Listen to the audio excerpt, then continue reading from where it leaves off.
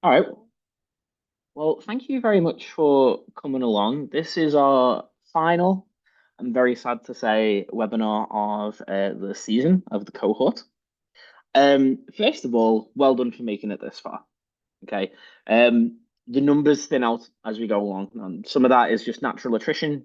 Stuff comes up for people, and they've got other stuff on. But a lot of it as well is people, as the course goes on, realize that what they thought was their business isn't really their business. What they thought they were doing, they're not quite doing. Or maybe they've kind of picked something up along the way that's maybe made them realize, actually, I've got a bit more work to do before I try to raise investment. And these are all okay, right? These are all good things. One of the I kind of joke a little bit with the team and say one of the KPIs, one of the indicators we should track that we don't is how many people do we stop from mortgaging their house and putting it into a bad business idea, right? Because that's the kind of stuff that changes lives. What we're going to do today is just a recap of the sort of content that we've covered over the past 12 weeks that you've covered in my webinars, the fundamentals with me, JC, in the guest webinars with people like Scalar, Launchpad, Seed Legals, and in your mentoring sessions as well. And hopefully, you've had lots of fun engaging on Cohort HQ with other founders on the program. And you've maybe got the chance to come to some meetups. Maybe you made it up to Liverpool the other week to see me interview a local founder that I've been working with for a while. And today is really just a chance for us to recap all of that, talk about some of the stuff that comes next, where you can go from here, and also any last questions that you have, any questions maybe you've not had the chance to ask or you've been sitting on them for a while. Today's your last chance to put them to me. So feel free to fill up that Q&A, and I will do my best to get through it as the session goes on. Um, this is effectively just the format of today, as I've just mentioned. So when it comes to the questions, speak now or forever hold your peace. So thinking through what we've looked at, um, we've looked in depth at what I would call like macro 101 for founders. A lot of people would say, well, you should just knuckle down and build your startup and things will be fine. That's true. I do accept that. But there is an element of timing that you should be aware of if you are trying to raise investment. And we unfortunately looked at how right now it's a little bit tougher than it has been for the past, couple of years. If you look back to 2021, it was a lot easier to get money then. The bar has gotten higher. But it's not all negative because we've looked at ways that you can, as a founder, elevate your business further, bootstrap for longer, do things that don't scale, do innovative things to separate yourself from the competition, to be authentic, to build moats.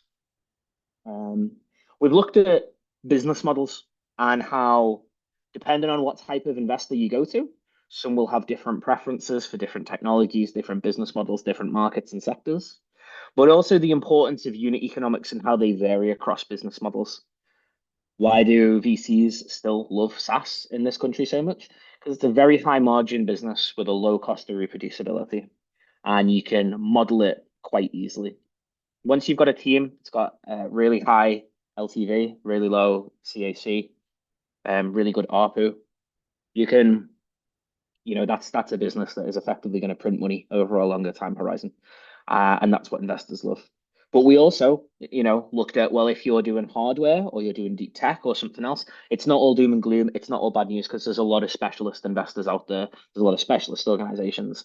And also we looked at the importance of geography, right? Where you live and work, where you meet people is the most important decision you will ever make. And I think it's also the most important decision that people skip over and don't give a lot of conscious, intentional thought to.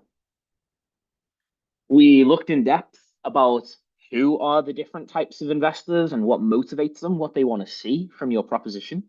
And we looked at how you can reach out to them and how running a good investment round is like running a good sales process and how you should do research, create a hit list of like 1,000, and you might get five, offers for further discussion or term sheets out of 1,000, and that's a pretty good ratio right now for a lot of businesses that are, not doing something that's incredibly deep tech or incredibly exceptionally out there in terms of its authenticity. We looked at what the signals are that you're building a really strong business and why these things are important to investors. Crucially, we looked at product market founder fit to take product market fit a stage further. And we looked at how you need to maintain that whilst you scale, and how one of the first things an investor is going to look for is whether you've got evidence of product market founder fit, or you can at least give them the narrative, the origin story, and the impression that if you don't have it now, you're on the cusp of finding it, you'll be able to find it in the future, and you'll be able to maintain it whilst you scale. We looked at how once you get the money, what are you going to use it for? We looked at how you can acquire more customers, how you can operate across different markets, some of the niches, some of the peculiarities of certain markets. So edtech in the UK, defense, potentially selling to the NHS. These things all can complicate matters slightly, but none of them are insurmountable. And a lot of it depends on the people that you are getting in touch with, the programs and schemes that you are contacting, and how you're conveying your ability to navigate these markets and acquire those customers at scale for a low cost, how you communicate that to investors. And then we also looked at pitch decks and data rooms, how you package up all that information from the other bullet points that you see on this page, and how you can communicate it in a concise, effective manner to either an angel or maybe an associate at a VC firm who's getting 100 pitch decks sent to them a week, and how you can make yours stand out, how you can make sure that yours goes through to the investment committee, and crucially, you get the money that you're after. I always obviously do Q&A throughout all my webinars, but I've got some private messages, some DMs and stuff, and had a chance to speak one-to-one to a few people, including at the live event the other week. And the thing that always comes up is, well, I joined this course because I thought we were just, I was going to learn exactly how to raise investment, and actually what it feels like you've done is you've just told me how to build a really good business. Well, yes, I am completely unapologetic about that. There's two reasons for that. One is the good investors want to invest in clearly, demonstrably good businesses. Great unit economics, great brand, great great content in terms of pitch deck and data room, solid signals of product market fit, solid team, thorough understanding by the founder of the market that they're operating in and how their business model is relevant to that market but might need to evolve over time. All these things you can't fake. You can't fake these things. And this is what differentiates the funds that return 5, 10, 50x versus the funds that don't actually return the money that's given to them by their investors.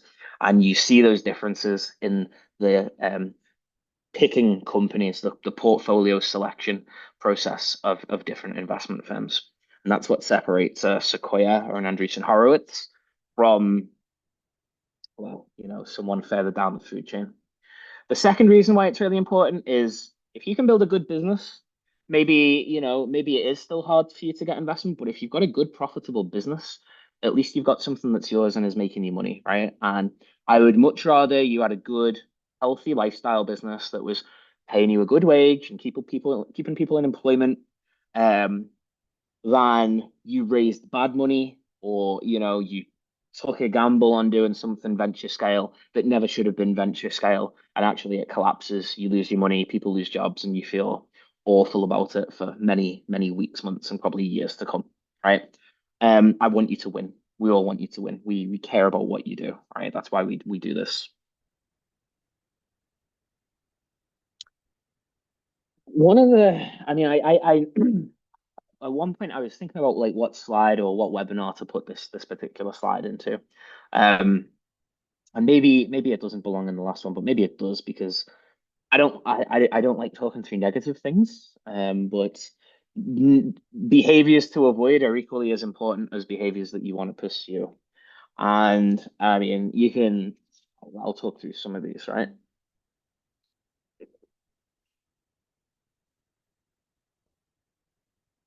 Even the people who are very data driven are susceptible and fallible to mistakes. And a really common one is thinking that the size of the round that you've just raised is an indicator of how successful you're going to be, or how successful you are, or how much profit you're making. There's absolutely no relationship between the amount of money that you raise and the success outcome of the business.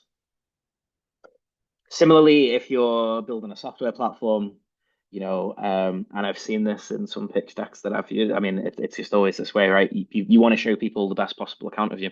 Showing cumulative downloads or cumulative users it's pointless. It doesn't mean anything. What we want to see is daily active users, weekly active users, monthly active users on any software platform. Don't network for no reason. Um, Now, some of this might seem paradoxical because outside of capital enterprise, especially in Liverpool, I'm known for two things. I run a great founder meetup, startup grind Liverpool, where we have some pizza, we have some drinks, and we either like have a pitch night, or we hear from an interesting founder, or we just socialize, right? And I also run Liverpool Slushed, which is this huge 1 day conference in Liverpool. The entire sort of tech community here comes. I'll put like some high profile keynote speakers on, some nice food, some panel sessions and stuff, and then we finish the day with a big party. I do these things because I love them, and I think it's important to be able to let your hair down. And it can be advantageous to let your hair down and network and mingle with people who are in your kind of sector and community. But even I would discourage people to come along to my events if they were doing it without any real purpose. Now, and it's absolutely fine to just want to go and have a fun time, meet people, etc. That's a valid, good reason. But don't turn into one of these people who's just seen it every single thing without having kind of a bigger, wider plan. Do it if you've got people that you want to speak to, if there's a reason. Are you going to learn something there? Is there someone that you need to speak to? Is it a customer? Is it an investor? Are you trying to build some kind of footprint, some kind of brand? Um, if it's part of a wider, like better reason, or you just want to have fun, then that's fine. But have purpose and intention about the things that you're doing, because all of these things deplete your energy and time. And in the absence of money as a pre-seed or seed stage founder, all you've got is time and energy. So be very careful about how you expend them. I mean, the same is true for like your personal life as well. Okay. I know there's this popular idea that you watch shows like Silicon Valley, or you see some of the stuff going on in the headlines about Elon and some of the Silicon Valley elite, or maybe you watched Wolf of Wall Street and you think all super duper successful people in finance and tech are like that. There's probably one or two people I could think of in my entire career who are like that. But on the whole, the correlation between being really, really successful and having a very boring, very stable, high integrity, high peace home life is a positive straight line. It's almost 1.0 in terms of correlation coefficients. All the best hedge fund, all the best investment bank and trader people I know, all the best tech entrepreneurs and stuff I know, they have really boring, predictable home lives. Why? Because that is the pressure release from having a very chaotic startup work life. And inevitably, startups come with a level of chaos. Um, Winning awards is cool. Hey, I've won an award. Um, Shout out to Seed Legals. It's the only award I've ever won in my entire life. Pretty much the only one I've ever been nominated for. So I'm super grateful for it. And the evening was lovely, right? My, we had a great time and lots of fun, and it's definitely helped me because it's elevated my profile, and so I get more deal flow now, right? And more people send me deals that I can be a part of. It was a useful award for me. But if you're a founder, just remember that, an award is no substitute for revenue, right? I would much rather your company not be award winning, but you were growing 1000% month on month and smashing through 100K, 500K, 1 mil, 5 mil revenue barriers within 2 years, right? I'd much rather take that than a slow growth company that's kind of like a lifestyle business where the people turn up at 10 and they can leave at 3, and there's a great work-life balance, and you've got some awards on your desk. That's not what I want to invest in. That's not Happy to be involved with those businesses, happy to be friends with them. But as an angel investor, the thing that I am looking for, it's venture scale companies that are going to make me a big return. And to do that, some of that work-life balance, some of that, nice hours goes a little bit out the window. Okay. It's not for everyone. I'm not promoting it. I'm not trying to pedestal it. Don't like the kind of hustle porn Gary V thing. I think that's very toxic in the long run. And you can't work 100 hours a week, right? Week on week. You do things in sprints, right? It's the way that we do things in startups. And yeah, but just don't let your culture become one of vanity things like awards or vanity metrics rather than metrics that matter and things that matter like profitability and revenue generation. Same's true for LinkedIn, right? It's very, I mean, look at me, right? I'm a hypocrite. I've got creator mode turned on. I write articles. I've got a blog, which I have a love-hate relationship with. Every time I post, 50 people unfollow me and direct message me and tell me how awful I am and how all these things. And I sit there and I sip my wine and I laugh because I don't care. Because nothing I do, nothing of importance in my life is linked to my LinkedIn. Um, you know, Now I don't go out my way to be obstinate, but I like to tell the truth, right? And the reality is, if you are building a startup or you're running a company, a lot of the time the customer is always right. And this can create problems, right? Like you might want to vent and you might want to say things and you might want to build that personal brand, but it's very rare, very, very rare that the personal brand creates the startup. What tends to happen is people do the hard thing first, which is build the startup, then they have validation of their personal brand, and then they become a household name in tech, right? Elon wouldn't be Elon if he hadn't have done Zip2, which was the advertising platform that he had before PayPal, right? And obviously that was before Tesla and SpaceX and everything else. Mark Andreessen wouldn't be the world's best known venture capitalist if he hadn't have built the Netscape browser, right? As an unknown person. Do the work, make the money, then work on the brand. Now you can absolutely post and you should, if you can advertise your services, get sales, make, market the company, that's all good stuff. Yeah, you should absolutely do that. But just don't become obsessed with it, right? Because you get the same dopamine hit with LinkedIn as you get with any other social media, right? And we all love it when we see, oh, hey, this one's a banger. I posted it at the right time. The algorithm loved it. I must have had the right photo. I've got 40 likes in an hour. Woo. Um, if it is, fantastic quote by Anton Creel, who's also a Scouser, right? Um, the only business card that matters is the one that you put in the ATM, right? I'd much rather be unknown or hated on LinkedIn. But when I put my card in the card machine, it's got seven figures. Then I've got 50,000 followers on LinkedIn, lots of likes, but I'm still broke, right? And the same is applicable to your company, your startup, just as it is to you as an individual with your personal finances. So don't get these things mixed up. It's fine to want power. It's fine to want recognition. These are all very normal human motivating factors, right? Doesn't mean you're a narcissist. Doesn't mean you're an egomaniac. That's only if you take it way too far and it completely consumes you. And in most cases, people are just looking for a little bit of validation. That's fine, but just don't let it get in the way of actually building the successful company. Other thing, this might upset a few people. Whining. Okay. You know, Again, none of this matters if the startup works and you become successful and you achieve all your ambitions and dreams and objectives. But it has definitely become trendy, right? And I upset people on Friday with a post about this as well to do with Project Europe. I don't care. Stop whining, right? Whining about these people won't invest. Why won't they invest? Blah blah blah blah blah. If it's people's personal money, it's none of your business, right?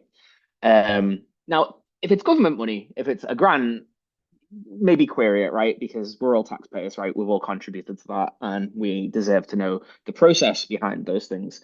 But if people, if they've been giving you good signals, but just something puts them off, and maybe they can't articulate it or they don't want to, move on, right? Now, if you get screwed over and led down a garden path, which can occasionally, really, will occasionally happen, which I've seen, absolutely, right? If someone has definitely slighted you, if they've they've wanted to speak to you and look at your deck and your financials, but they were already invested in a competitor. 100% call that out. Tag me in. I will back you up. Right. I love to dive in 2 feet first. But just the whole, and it's so prevalent on LinkedIn, like, single line sentences, and you have to click see more to engage at the post, and there's irrelevant photo at the end, and it's so hard being a founder. And well, and I'm a founder with 1 kid, and I'm a founder with 2 kids, and I'm a founder with 3 kids and a guinea pig. And look, me personally, right? Life is hard, right? Like my life has been incredibly hard, and I don't talk about it, right? Some of the stuff people put on LinkedIn, the CIA could not waterboard out of me in Guantanamo Bay, right? And people are just up posting it on there, and once something's on the internet, it's on there forever. So really think about what you post, right? And you see this like, especially when people get really big. The Brewdog guy, right? The bald Scottish fellow with the beer company. He's going out with the girl that was on Made in Chelsea, and he's trying to start like a UK equivalent of Doge, like the government efficiency thing that Elon's doing, right? Am I against government waste? Yeah, sure. Do I have concerns about how Doge or that kind of thing works? Yeah, sure. But the way he's doing it, it's just kind of like a moany engagement farm, and I'm sure he's genuine, right? But like when you've got a brand that big and you've got 50,000, 100,000 followers on there, again, it just links back to like you can become consumed by LinkedIn. Now, maybe it's a bit different if you're him or Stephen Bartlett because you've probably got a whole social media team. But you, as startup founders, stop chasing press, stop trying to stop chasing, a UKTN or sifted headline. These things are all fine, right? But don't do them for the sake of doing them. Do them, get them because you've done something amazing, right? And, you know, I just honestly like there is so much like opportunity out there. There is so much money out there sitting, just waiting for an investment opportunity for the people that have that money to put it into that opportunity. Your time would be so much better spent searching harder, searching differently for investors, or bootstrapping further, or going to some kind of founders retreat where you completely reimagine your product and your go-to-market strategy. Don't don't sit there and lament, right? Like, you know, I have things I'm unhappy with, like about my life. I like, my body. So what do? I don't post on LinkedIn about it. I go and fix it, right? I take steps to fix it. Working with people you dislike, you're the boss, right? You're here on this cohort because you are the founder. Hire quickly, fire even faster, right? One of the number one things you can ever do. And the worst is, and this is true in not just work, colleague like relationships, but even your personal life. The kind of worst of all is someone who is really nice, but is kind of dragging you down or slowing things down. But they're too nice for you to. You have to nip it in the bud. You have to be brutal because in the longer term, it will consume you, eat you, and work against you. Similarly, simple things that you can do, particularly on product, don't over engineer, right? People go to me, hey, we've built an MVP. And I just straight away think, is it an MVP? I don't think it's an MVP. You've built a huge technical debt. You've built something that's way over engineered. You've done all the bells and whistles when actually you could have saved 50, 60, 70% of the price of the cost of the energy and time and built up the kind of customer base first. Then you would have got a much better deal in terms of raising, or you wouldn't have had all these, near death experiences with the business. That's tied strongly to perfectionism. You just can't have perfectionism as an early stage startup founder.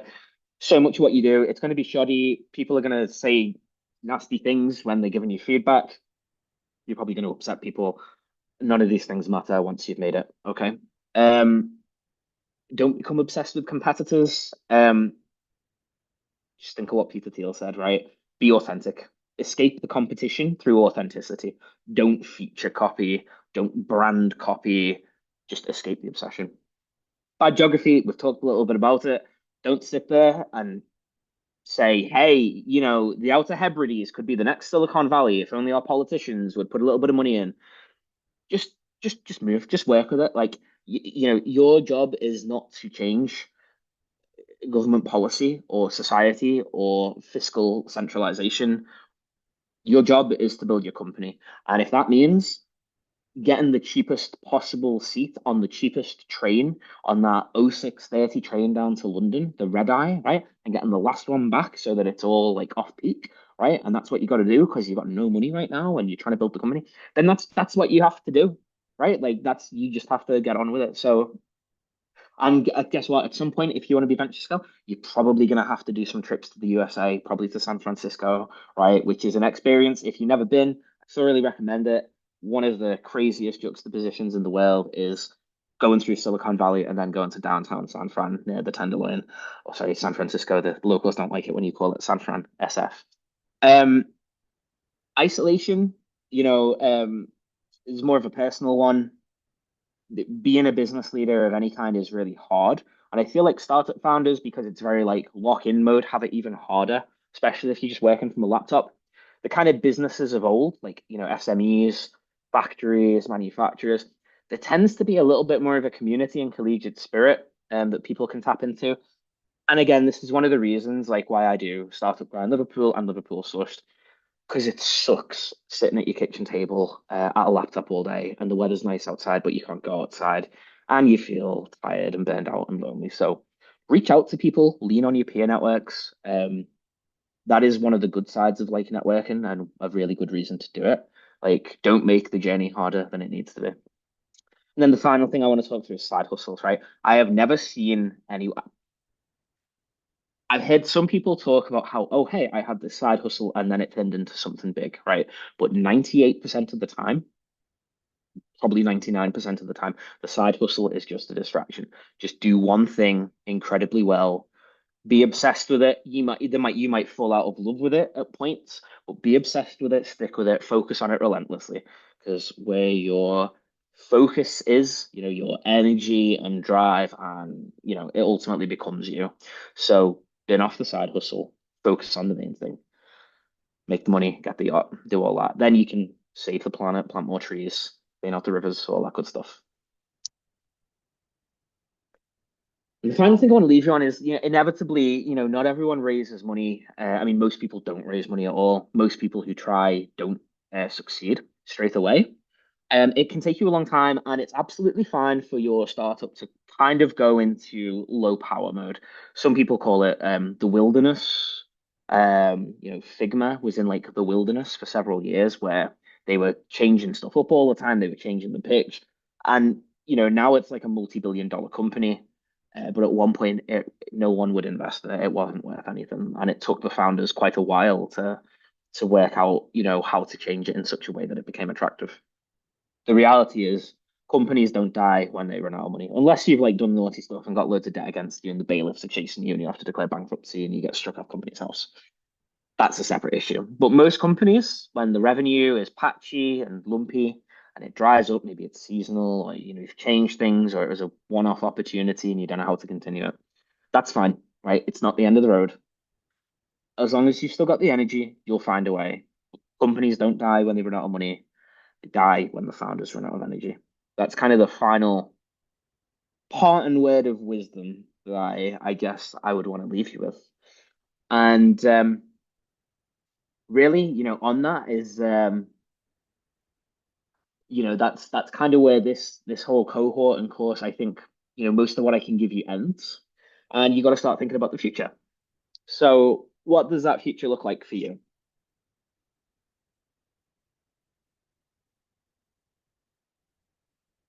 Um, it's going to look different for all of you. And everyone's got different types of business model, different sectors, different tech stacks. You're all in different locations, but there's some common themes. You've got access to the videos, you can watch them back, re-listen to them, fall asleep to my terrible squeaky Scouse accent, put it on a sleep timer if you've got YouTube Premium. Apply those lessons, right? If you go to a PT once a week in the gym and that's your only gym session, you're not going to get in shape. Okay. You need to be applying the lessons that the PT has taught you constantly, right? If you don't squat properly, you'll get a bad back. If you don't deadlift properly, you'll get a bad back, right? If you don't bench press properly, you'll tear your back. So that's what the PT is there for. And they're there to give you a plan so that you can also work out when you're not with the PT. And they're also there to give you a meal plan so that your nutrition is on point because getting in shape is 80% nutrition and sleep, 20% what you do in the gym, right? The same stuff is true with any incubator, accelerator, business coaching, right? As long as you're providing, assuming you are being told the right things, which we validate and stress test constantly. We change up this course every single quarter. It's a constantly in development. We constantly get new data. We work with the best people in the field where we can. We get stuff straight from tier one VCs where we can. We speak to founders who've hit it off big or who've had a disaster to make sure our stuff is on point. It's up to you to apply it. Find the product market fit, okay? And keep iterating until you do. It's really important. There's no better indicator of success in business or in raising the investment that you think that you're after. Really work on that narrative. It was like one of the first slides in the very first webinar that we did, but the narrative around your business, that what other people think about it, how you're conveying it, the messaging you're putting out about you, the business, your brand. I mean, this is true in all things in life, right, guys? Like, everything that we do is a communication, storytelling, and sales process, right? Not just in business, but in terms of getting a job, right? You are selling a brand message about yourself to a prospective employer in an interview and on a CV, right? Dating, relationships, you are kind of trying to sell the best possible image and version of yourself to someone that you want to spend, hopefully the rest of your life with. Build traction, right? But look at those unit economics. And if you do all those things, the investors, you'll notice that you are not desperately trying to get investors. You'll notice the conversations become easier. And in some cases, they're going to be coming to you because you might be hot property and everyone's talking about it and everyone knows how profitable you are and how much money you're making. That's when things work. Okay. But it takes time to nail this and you should constantly be cycling on it. In terms of other resources, other things that are out there. I mean, don't fall into the trap of kind of being a serial accelerator doer, because some people can do that, and you think, well, you've been on like 10 of these programs, what's not working for you, right? Surely after like any number of them, you should have an idea of how to build that scalable venture backable product.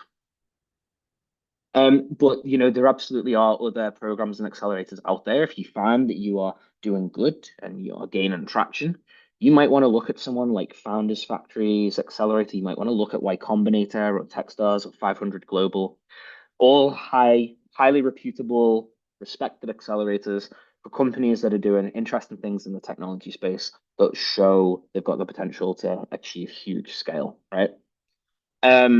We've been through, going out and doing the investment raising process. For some of you right now, you might be ready. Others, you might know that you need to go back to the drawing board a bit, work on getting that product market fit, that traction, etc. I've mentioned many different platforms and tools throughout these webinars, and I mean, it feels like there's an AI agent or an AI assistant for most things nowadays. I'm super dubious on AI, but one thing I'm not dubious on is building a good advisory board and finding good people. And we've been over tools like ShipShape, Landscape VC, Signal NFX, right, to help you find the right sort of prospective angels and VCs out there that are a good fit for your business and to target them. We've been over some of the key kind of people in the ecosystem in various webinars. So, people like Eva Dobrosanska for cold outreach, people like Tom Penford for business models. He's based up north. Shout out to fractional CFOs, accountants, finance directors who specialize in startups. People like Rob Jones from RJF, people like Stuart McBain from Stuart McBain Limited. And, they're not the only ones. Obviously, there's a whole host out there, but they're ones that I've, known and built up a relationship with over a long time. And subsequently, I trust them, right? The list of people that I trust in this world is like that big. But those people I've just mentioned, they're on it. People like Daniel Sorko from ShipShape. A lot of the other good organizations out there, like Plexel, Foundervine, Turn Innovation Catalyst Manchester, all the kind of organizations that we work with, I see them as they know their stuff, their heart's in the right place, and they deliver massive value to startup founders. So try and surround yourself with people that are going to add value to the challenges, the very specific challenges that you are trying to overcome in your startup journey based on where you are at this moment in time. Okay. And crucially, use their expertise, incentivize them, do deals, do partnerships with them so that they're getting something out of it, and use their services to plug the black spots and plug the gaps that you've identified over the course of the past 12 weeks while you've been doing this program.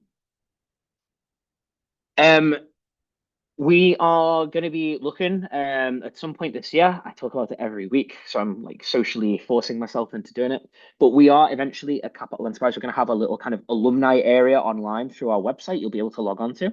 All of the material that we've been over will be on there, and we'll also be uploading guest content, premium content, chances for you to come to like our meetups, just get-togethers, stuff like that, theme days, a whole host of stuff. We're trying to make a bit of a premium Netflix, almost like an Amazon Prime of um, founder services, pre-seed startup, and then, based on sectors and tech stacks and things like that. So that is in development, and that will hopefully be live later this year. You can feel free to kind of hold me to account and DM me on LinkedIn. Is it ready yet? Is it ready yet? Because that will make me do it faster and make sure I actually do it. But yeah, and also look out as well for other potential programs and stuff that we'll be launching over the next few months. Under NDA for a lot of them, so I can't talk about them yet, but we're launching new programs all the time across different sector verticals, different grand challenges for industry partners, corporates, and government kind of departments that we work with. Some of them might well be relevant to you, and if they are, check it out. And I would strongly encourage you to apply because we would be delighted to work with you all again. And in the words of Looney Tunes, that's all, folks. One question in the chat is that just one question after all that. Wow, nice one, Dan. Yeah, I had a good time in Bradford yesterday. Thank you very much. Well, we've got a little bit of time. If there are any questions, do feel free to put them in the Q&A now. More than happy to answer in a group format or answer privately. That's absolutely fine. I'll give you like a couple of minutes.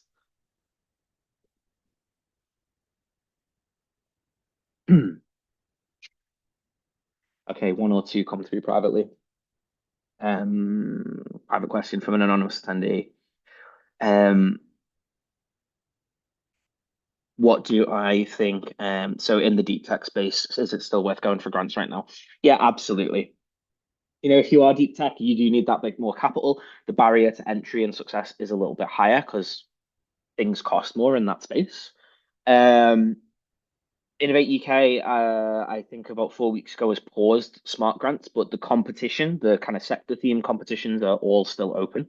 So if you are in deep tech, if it's robotics, if it's electric vehicles, if it's chemicals, if it's, more science type innovation, there's still lots of opportunities there for you to get to grips with. I would thoroughly encourage you to do that. And if you're in that space, you should probably be collaborating quite closely with the university anyway.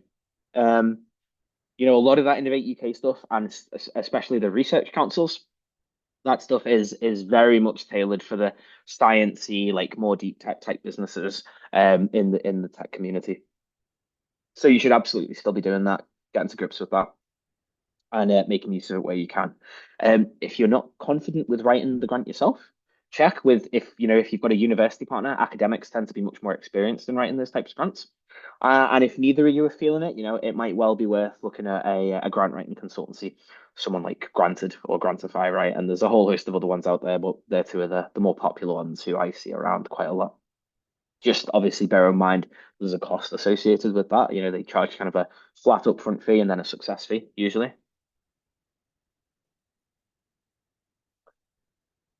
Cool. Any other questions?